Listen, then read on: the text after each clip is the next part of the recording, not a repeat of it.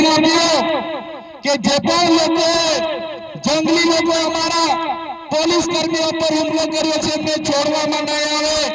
ત્યારે મીડિયા મિત્રો એ ભાજપના મંત્રી એમના કલેક્ટર એમને કહેવા માંગુ છું છોડવામાં નહીં આવે નહીં આ આદિવાસી સમાજ છે અમારા એક પણ લોકોને સમજો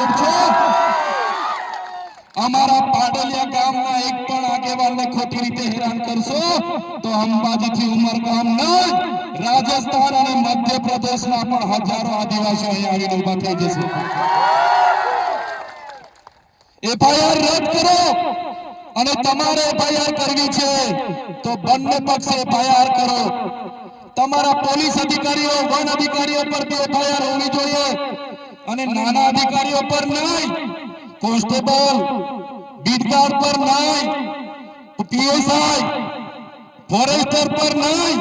એમના ડીસીએફ પર એફઆઈઆર કરો એમના એસપી પર એફઆઈઆર કરો એમના ડીવાયએસપી પર એફઆઈઆર કરો કેમ કે એમના આદેશથી અહીંયા હિંસા થયેલી છે ત્યારે સાથીઓ